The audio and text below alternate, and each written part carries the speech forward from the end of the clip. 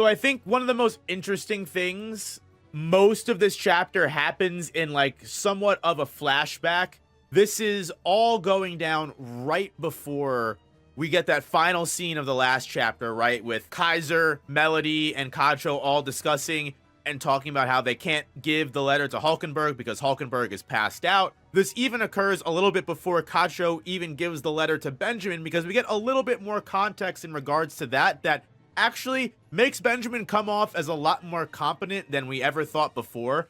Balsamico specifically, who is a big proponent of this chapter, has always been a character who has been Benjamin's right-hand man, has been there to counsel Benjamin, make sure he's always making the right decision, make sure he's not acting too hastily, make sure his soldiers are in line. Balsamico is definitely a large, significant portion of the brains of Prince Benjamin's operation, especially when it comes to all the different bodyguards that Prince Benjamin has divvied out to all of the different princes and enacting martial law to have Prince Benjamin obtain all power and potentially again get a big advantage in the succession war if he does actually get full power to do so. Benjamin, where we thought leaked information before, may have just been setting traps. So let's get into, first of all, why Balsamico is not going to be at Benjamin's side for potentially the rest of the succession war, and why Benjamin is going to be on his own. Whether that is a very bad thing for Benjamin, or whether this just lights a fire under his ass that makes him even more dangerous, is yet to be seen. Maybe a couple hours beforehand, it's very early in the morning on the 11th day, Balsamico, as we got in 402, was putting poison in his shoe and planning to release this disgusting virus that would cause stomach pains and eventually cause death in whoever was infected. Now, Balsamico admits that while this may cause a pandemic, once they enact martial law, which is, if they cause a pandemic, that's just even more reason for Benjamin to call up martial law. So it's honestly just good for them whether it gets out or not. That's why Balsamico doesn't really care what happens. Immediately upon entering Hulkenberg's territory, Balsamico thinks he's the one that's got the advantage. Oh, none of Hulkenberg's guards are even here. Like, I've got perfect opportunity to get Hulkenberg alone. And then he walks into the alleyway and immediately finds out that whatever steps he thought he was ahead, Hulkenberg is like 5 steps ahead, playing like not 5D chess, but like 10D chess. So Balsamico is immediately cornered in like the most narrow alleyway possible, which red flags going off, because we already know that Hulkenberg's ability is the bow and arrow. So as soon as he was in this like perfect position, and of all people, Vict, that one Prince Benjamin soldier, who, if you don't remember who he was the person that was on the phone with Benjamin and Balsamico when he was trying to confirm what Benjamin's Nen ability was. Because unfortunately, when he was trying to figure out what Hulkenberg's Nen ability, I keep saying Benjamin, he was on the phone with Benjamin and Balsamico trying to figure out what Hulkenberg's ability was. Because unfortunately, for as OP as Hulkenberg's ability is, it does release that constant rumbling, which goes throughout the entire boat. I have to think the people in the lower tiers just think we're hitting turbulence or something, but he's the character that mid-conversation just stopped talking. We know now that one of Hulkenberg's soldiers are inside of Vict, possessing Vict. We don't know where Vict's consciousness is, but it's not in his body.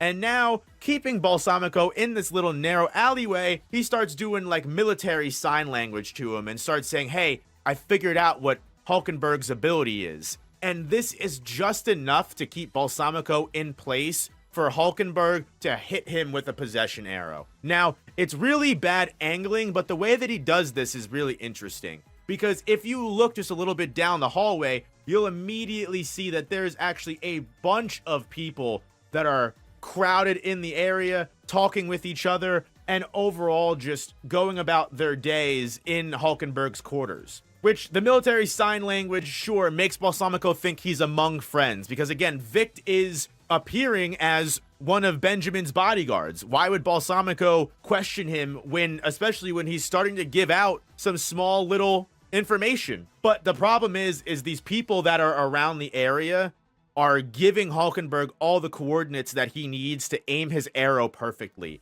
Everybody here has a feather on, for the most part. While they're all coordinating their Nen together, Hulkenberg is able to like correctly aim up his bow and fire it. I think this could have went as terribly as it could have ever possibly went for Balsamico, because they just got completely taken full advantage of. But I think it's really interesting to note that Hulkenberg also took a really big chance here, because we know that he's been experimenting constantly with what his possession arrow does and where it sends people. He still kind of has no idea where the initial consciousness goes when that other consciousness takes possession of the other body. So the fact that he was willing to sacrifice himself, of all people, in order to get inside of Balsamico, telling of not only how dedicated he is to winning the succession war, but terrifying to think of what else is this man willing to do to win. Because in the next scene, like literally right after that, they're talking to Benjamin and they're explaining how the court trial for Hulkenberg got delayed, because one party tried to delay it for one reason and it was rejected, but Hulkenberg had to delay it because Hulkenberg was ill and fell sick. And this immediately tips off Benjamin, because Benjamin's like, nah, hold on a minute. Hulkenberg, I just felt another rumbling. I know all of my people are dropping like flies from Hulkenberg's ability, and now Hulkenberg himself has dropped. What could that possibly mean? And then right in that moment, Balsamico hits up Benjamin. It's like, hey, boss, sorry, actually, Hulkenberg tried to hit me with an arrow, but I dodged it. But you know what? I'm going to keep trying to get him with that poison. Don't you worry about me, boss. Cap. Absolute cap. Which, again, I think just proves that Benjamin, people were counting him out if Balsamico was taken out of the picture, but I don't think he's as weak of mind as we would like him to we were led to believe. Now, that court case with Hulkenberg was literally just fake to begin with. Like, they literally knew that they had to get Hulkenberg out of the picture as quickly as they possibly could with how strong his Nen ability is getting. And it's very clear that they were not wrong to assume that, because in the same time it took them to realize that Hulkenberg's a problem, there's some serial killings going on in the under tiers. Let's pin them all on Hulkenberg and have him arrested and held up like we have Camilla held up. It's so funny to me that Hulkenberg became the biggest problem so quickly that Camilla literally was attempting to murder Benjamin. They locked her up and we haven't even seen her until this chapter. Hulkenberg immediately starts taking out Benjamin's men, and they're like, we gotta spring into action immediately. And by the time it took Benjamin to get Hulkenberg locked up and send Balsamico with the planted virus to kill him, Hulkenberg had already experimented enough with his ability to unlock his potential and fire off his own consciousness into Balsamico. It just proves to me that Hulkenberg might be one of the biggest threats when it comes to the succession war going forward. His ability is ridiculously strong, especially if you consider that he's going to be able to use it while possessing Balsamico. Because unlike the Guardian Spirit Beasts, just like Camilla's cat ability, just like Benjamin's little Benjamin baton ability, just like Sorodnik's Future Sight, Possession Arrow should, for all intents and purposes, work on the other Succession War princes. If anything, that's why when Hulkenberg awakened it, it awakened the moment he decided to take the Succession War seriously and began that quote-unquote bloodlust for his princes. It's because he's ready to take them out any way he needs to, and if Possession Arrow is the way he needs to do it, then it's the way that he needs to do it. Obviously, we know with 402 taking place a little bit afterwards, we know that Kaiser was not able to deliver the letter to Hulkenberg because he was passed out, and now we also know that the court trial, as far as Benjamin knows, Hulkenberg's assassination was also put off due to Hulkenberg falling mentally ill. However, just before they left, Balsamico and Benjamin did have a very interesting conversation with each other. That is the main reason why Benjamin trusts his gut and immediately assumes that Balsamico was hit by the possession arrow. Again, this is Benjamin's right-hand man. He's known Balsamico for who knows how long. This is a man that he spent this entire trip with. He knows how Balsamico acts. He knows how Balsamico is as a person. Not only is Hulkenberg going to have to pretend to be this person that Benjamin trusts with his life, the conversation they had before Balsamico left was Balsamico explaining manipulation Nen to Benjamin and explaining how manipulation is first come, first serve. Whoever hits their manipulation ability first is the winner almost every single time, no matter what. And regardless of what Balsamico says about, oh yeah, Hulkenberg missed the possession arrow and that's why he fell ill, Benjamin's not stupid and says, you know what, Balsamico, if you do not come back without killing Hulkenberg, I will immediately assume you've betrayed me. You either succeed in your mission or you can stay with Hulkenberg, which is generally one of the smartest decisions I think Benjamin has made, which throws a huge wrench in everything. So it's very clear that this whole plan to arrest Hulkenberg immediately backfired in the worst possible way against Prince Benjamin. Not just because put Hulkenberg in the perfect position, it made Benjamin lose his right-hand man. We also get some added context in the previous chapter, because remember, last chapter, Kaiser even thinks he got one over on Benjamin because Balsamico isn't present, right? Benjamin let it slip that he's looking to do martial law. He's basically revealed his secret hand that he wasn't trying to. Balsamico wasn't there to get Benjamin to hold his tongue or to have Benjamin conduct himself more cordially. However, now that we got the little bit of information about Benjamin before receiving Cacho's letter, we know that Benjamin actually revealed this detail about martial law purposefully. He did that to almost like plant a seed in the other prince, because as he's reading the letter, he's kind of like, oh, you know, nothing political. Now that he is working on his own, we might see a new side to Benjamin than never before. Not only is he on high alert and he's immediately taking charge of all the different soldiers that he has, now that he knows Balsamico might be compromised, Benjamin might be hasty, sure. He might not remain level-headed, sure. But he might also do, like, again, martial law is almost like an instant win for Benjamin. So he's still a very threatening prince. And I think that might be why Hulkenberg targeted Balsamico first of all people. Not just because, of course, they were going after him, but because getting control of Benjamin might just put the succession war even more in Hulkenberg's hands than we thought.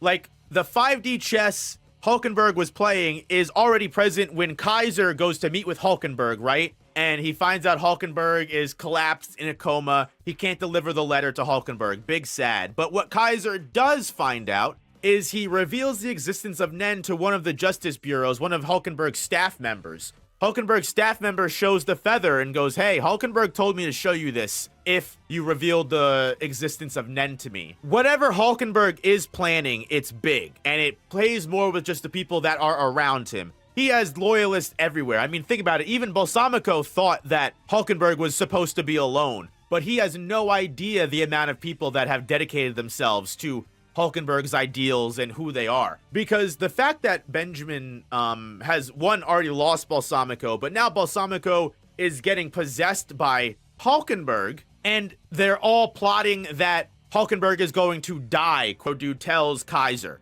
Hulkenberg is going to be found dead. And in that moment, that is going to immediately fulfill the condition that Benjamin needs for Balsamico to return to his care. If Hulkenberg dies, why would Benjamin mistrust his best right-hand man? And what's scary to even think about even more is that if Hulkenberg, the main body, dies and Hulkenberg lives inside of Balsamico for the time being, does that count as a Nen after death? Because I know we talked about how worrying it will be to be in enemy territory for Hulkenberg, and maybe, let's say he doesn't have any loyalists by his side, even in Prince Benjamin's quarters.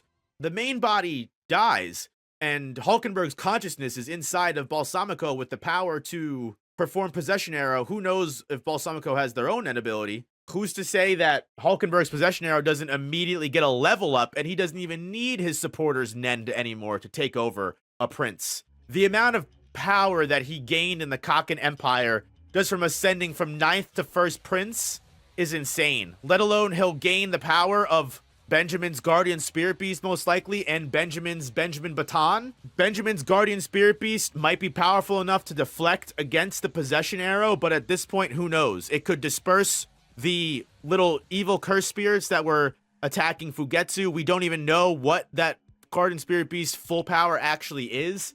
This can go a lot of different ways. Now, this could very much be a side effect that Hulkenberg didn't perceive, but it could genuinely all just be a part of his main plan to fake the death of his body and just come back to it later. Who says the death has to be real? And if it is, I think, as we'll find out later, he's got backup plans for that as well. I mean, the big thing that I gained from this is that Queen Unma is the suspicious queen. I talked so long last week about Queen Dwazul and how she was the one to worry about. No, no, no. Queen Unma is the one that's plotting against her own freaking children. Hulkenberg calls Queen Unma after he's possessed Balsamico and tells her what he's done. And she's like, oh, that sounds amazing, my dearest child. Good job. I'll support you no matter what. Which means she trusts Hulkenberg over her first child, Benjamin, which I'm not sure what Benjamin and hers relationship is like. I'm sure Benjamin wasn't the greatest child. He seems like a very interesting human being. And not just plot against her children, but be plotting for so long that she sent Halkenberg to another queen and had him hidden as her child instead. Now, obviously, it's claimed that this was done in order to protect Halkenberg from assassination attempts, which makes absolute sense. But there's clearly a reason why she prioritizes him over her firstborn. It also makes sense why Halkenberg was dismissed and ostracized from his sisters and his mother, because he was never the main child to begin with. He was just the kid that they had to get stuck dealing with and raised just because forced on them. And apparently he always knew Queen Unma was his mother. And just to be clear, this puts all my suspicions on Queen Unma for two reasons. For one, Halkenberg could very well be the Netero child, because not only did he awaken Possession Arrow very quickly after locking in and has amazing potential and a great persona as a whole.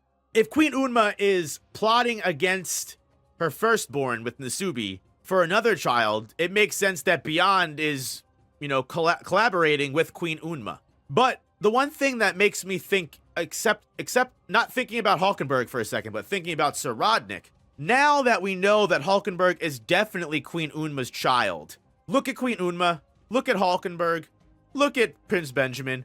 What do they all have in common? That fat ass fucking Squidward nose. No offense. Who does not have the Squidward nose? Saradnik. Who does not look like any of his parents or any of the queens or Nasubi at all? Saradnik. Now, sure, you could argue that Queen Unma's genes are clearly pretty fucking strong. That's why she gave birth to Benjamin and Halkenberg and two, you know what I mean? That's why they look like that, right? What if she's also plotting with Beyond with Saradnik, What if that's why Saradnik doesn't look like Unma or Nasubi?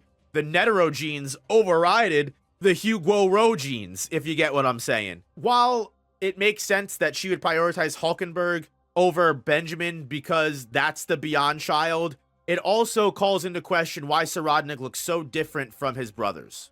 And it makes me think that if Saradnik looks just like a young Isaac Netero, not like Unma, not like Nasubi, he might just be a young Isaac Netero. It might just be easier than we thought. Occam's razor, the simplest answer is always the truth. Might just be the way to go here. Now, Nasubi, we kind of talked about it a little bit before, but Nasubi did mention specifically to Halkenberg when they had their meeting that in order to fight for justice, in order to enact this democracy you want in the world, you're going to need to usher yourself in the evil, fight through the succession war, prove your philosophy is the best out of your 13 siblings, and win as king, and then create the paradise that you see fit afterwards. Of course, that's what has Halkenberg lock in, and that's what has Halkenberg awaken his Possession Arrow and go forth and take the succession war by storm. Even Balsamico and Benjamin mention how much Halkenberg has changed, and while he hasn't become a serial murderer, in a little bit, there wasn't enough time for that, the way he's moving and the way that he's acting is so different. And sure, it may be a corrupt message to himself, and he may become a different evil person in certain ways.